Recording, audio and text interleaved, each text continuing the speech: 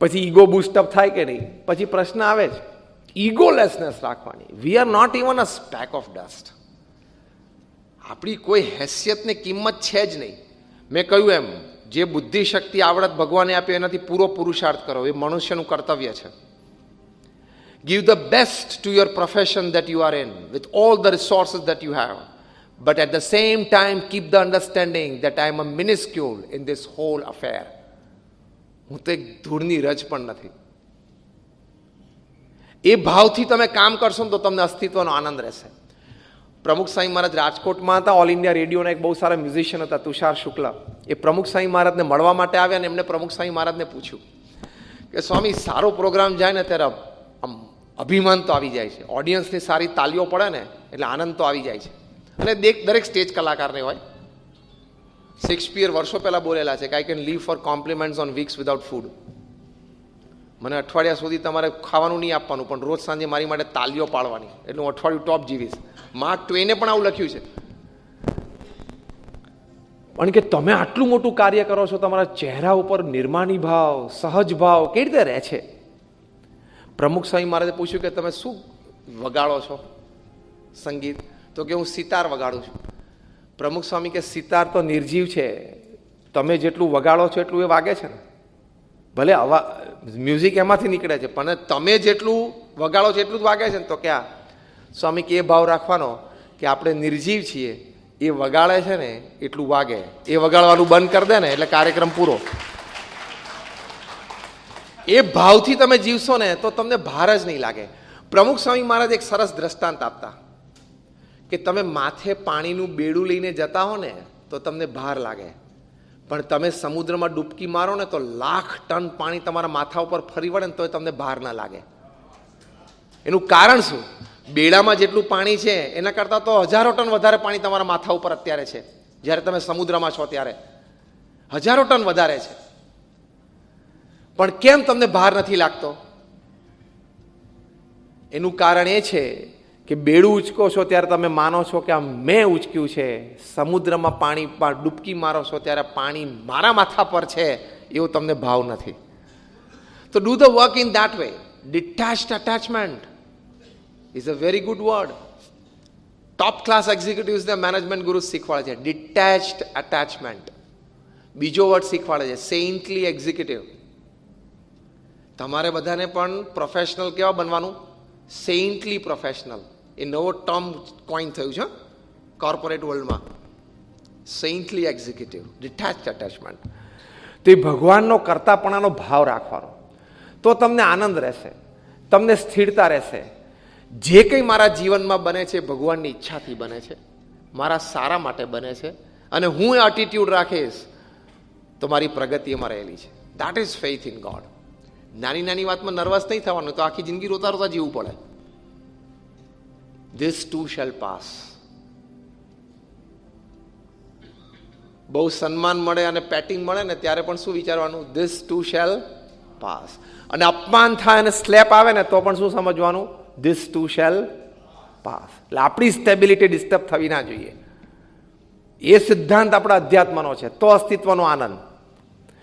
If you cannot laugh every day, if you cannot smile every day, if you cannot clap happily every day, if you cannot enjoy your existence upon this earth, પૃથ્વી પર આયાનો હેતુ શું છે? રોવાયા છીએ? રોવા એવી 10 વસ્તુઓ દરેકના જીવનમાં છે, હા કે ના? યસ ઓર નો? રોવાનો વારો આવે એવી 10 વસ્તુઓ આપણા જીવનમાં ચાલુ છે. સામે 10 વસ્તુ એવી છે કે આપણે હસી શકીએ. Now make a choice. Choice is yours. એટલે એવો સારો અભિગમ રાખીએ કે દુઃખ તરફ બહુ વૃત્તિ ના જાય. સ્વીકારી લેવાની. Acceptance, tolerance, adjustments and compromise. એમાં વૃત્તિ જાય. That is belief in God. પ્રમુખ સ્વામી મહારાજ ન્યુયોર્કમાં હતા અને રૂમ બહુ નાની હતી ને કોઈ કીધું સ્વામી રૂમ બહુ નાની છે. સ્વામી કે નાની રૂમ હોય ને તો સારું, પાવર ઓછો બળે. એક અઠવાડિયા પછી ટોરન્ટોમાં હતા, રૂમ સ્પેશિયસ હતી. કોઈએ કહ્યું કે સ્વામી રૂમ બહુ પોડી મોટી આવી જોઈએ. સ્વામી કે હા, મોટી રૂમ જોઈએ, વધારે લોકો બેસી શકે. નાની રૂમ પણ સારી અને મોટી રૂમ પણ સારી. અહીં શું વિચારો છે એની ઉપર આધાર છે. પ્રમુખ સ્વામી મહારાજને કહ્યું, સ્વામી આ ગાડી આપણે બદલી નાખીએ 70s. કેમ? તો કે આ ગાડી અપશુકનિયાળ છે, 3 એક્સિડન્ટ થયા 1 વર્ષમાં. સ્વામી કે બહુ શુકનિયાળ છે, એક્સિડન્ટ થયા પણ કોઈને વાગ્યું તો નહીં. See, how you look at things, how you perceive things are important. કોઈ પણ દ્રષ્ટિકોણ તમે કેવો રાખો છો એની ઉપર આધાર છે. તમારે જે વ્યક્તિઓ સાથે રહેવાનું છે અને કામ કરવાનું છે એ વ્યક્તિના સદગુણ જ તમારે જોવા પડે. તમે એના અવગુણ જોયા કરો તો તમને સાથે રહેવાનો આનંદ જ નહીં આવે. મારા દીકરાની વહુ આવી અને અમારો જમાઈ આવો અને અમારો વેવાઈ છે આવા છે.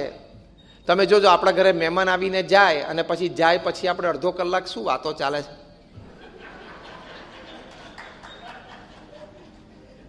અમે છે ને તમારા લિવિંગ રૂમમાં બગ્સ મૂકેલા છે એટલે અમને બધી ખબર છે. તમારા લિવિંગ રૂમમાં અમે બગ્સ મૂક્યા છે એટલે we know what you are talking. તો શું વાતો થાય છે તમે વિચારી લો. તમે અસ્તિત્વનો આનંદ કેવી રીતે લઈ શકશો? Decide the 25 people in your life કે આ 25 લોકો મને મારા જીવનમાં આનંદ માટે જોઈએ છે. ફેમિલી મેમ્બર્સ હોય, કોઈ રિલેટિવ હોય, કોઈ ફ્રેન્ડ હોય, કોઈ નેબર હોય, વોટ એવર. એ 25 વ્યક્તિઓ સાથે હું રહીશ તો મને આનંદ આવશે અને મારું જીવન સારી રીતે પસાર થશે. એ દરેકના જીવનમાં ઘણી વ્યક્તિઓ, આપણે 25 નક્કી કરો. એ 25 વ્યક્તિના ફોલ્ટ જોવાના જ નહીં. Accept them fully in your life.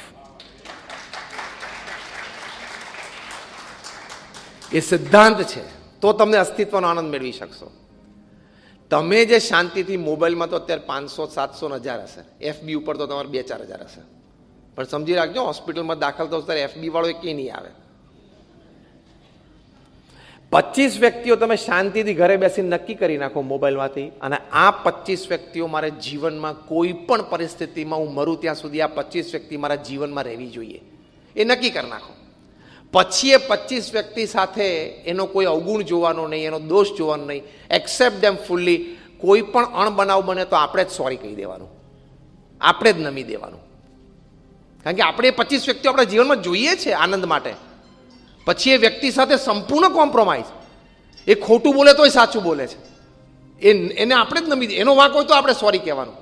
એ આપોઆપ એનામાં પણ સુધારો થશે અને બહુ બોન્ડ, ફ્રેન્ડશિપ સ્ટ્રોંગ થઈ જશે. તો આ અસ્તિત્વનો આનંદ છે.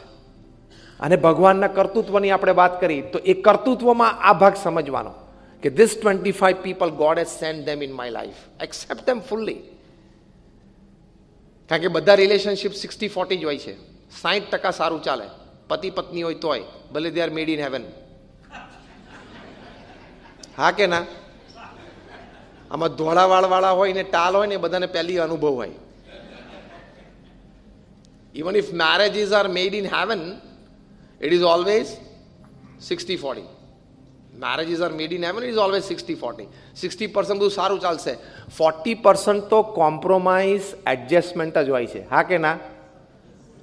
તો એ તરફ ઢાળવાનું તો એ ભગવાનનું કર્તૃત્વ અને ભગવાનનું સર્જન છે. તો આવી રીતે અસ્તિત્વના આનંદ માટે આવી અમુક વિચારધારા અને વર્તણૂક આપણે જીવનમાં રાખશું તો જીવનમાં ખૂબ આનંદ આવશે. 70-80 વર્ષનું સરસ જીવન ભગવાને આપ્યું છે, સુખમય જીવી શકશું, શાંતિમય જીવી શકશું.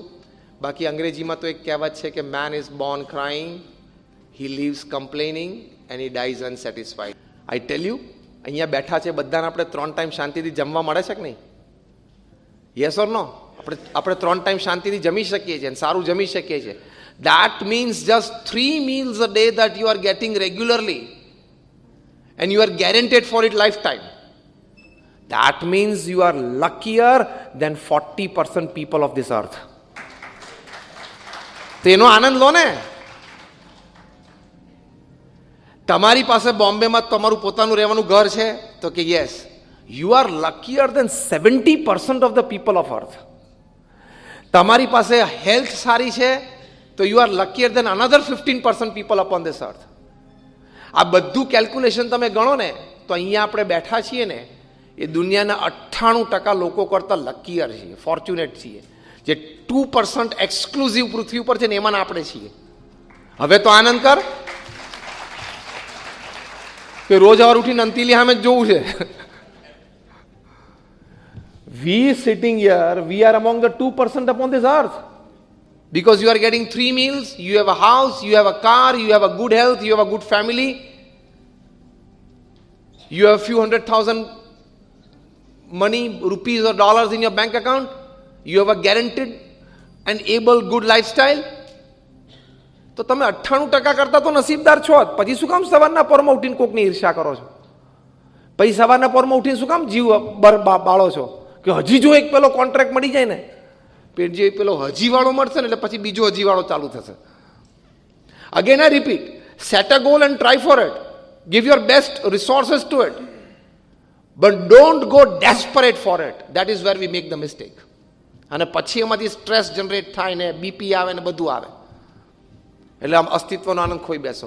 અને છેલ્લી વાત, ભગવાનમાં શ્રદ્ધા રાખવી, ભગવાનના કરતાપણામાં શ્રદ્ધા રાખવી, તો તમને આનંદ બહુ આવશે. આપણે ખાલી પોપેટ છીએ, ભગવાને આપણને બુદ્ધિ શક્તિ આપી છે, કંઈક નિમિત્ત બનાવ્યા છે તો કંઈક કામ કરીએ છીએ. એવા ભાવથી કામ કરવું. You know, I made this deal happen, તો બીજી ડીલમાં ફેલ જઈશ, રહેવા દે ને, કોલર ઉતરી જશે. બધાને અનુભવ છે કે નહીં? એટલે ખોટું અભિમાન રાખવાનું નહીં. પ્રમુખ સ્વામી મહારાજે આટલું મોટું અક્ષરધામ દિલ્હીમાં યમુનાના કિનારે 110 એકર ઉપર આ બનાવ્યું. પ્રમુખ સ્વામી મહારાજે 110 એકર ઉપર આ બનાવ્યું. એમણે પ્રમુખ સ્વામી મહારાજે ને પૂછ્યું કે આટલું મોટું અક્ષરધામનું સર્જન તમે કર્યું. પ્રમુખ સ્વામી મારે કહ્યું, ભગવાનની ઈચ્છાથી થયું છે, અમારા ગુરુના આશીર્વાદથી થયું છે, આ સંતો ભક્તોએ મહેનત કરી છે, અમે કાંઈ કર્યું નથી. ઇગોલેસનેસ. દિલ્હીમાં અક્ષરધામમાં 3 મોટા પ્રદર્શનો છે, ચોથું જગ્યા હતી જ 110 એકર છે. ક્યાં એમને એમના અચીવમેન્ટ્સ મૂક્યા નહીં કે અમારી 40 કી ટુ ધ સિટી, આ બિલ ક્લિન્ટન એઝ પ્રેસિડેન્ટ મને મળવા આવેલા, Tony Blair as prime minister of Britain મને મળવા માટે આવેલા, Narendra Modi as prime minister, Narendra Modi as chief minister મને પંચાંગ પ્રણામ કરેલા, બધા ફોટોગ્રાફ્સ એમણે મુકાયા નથી.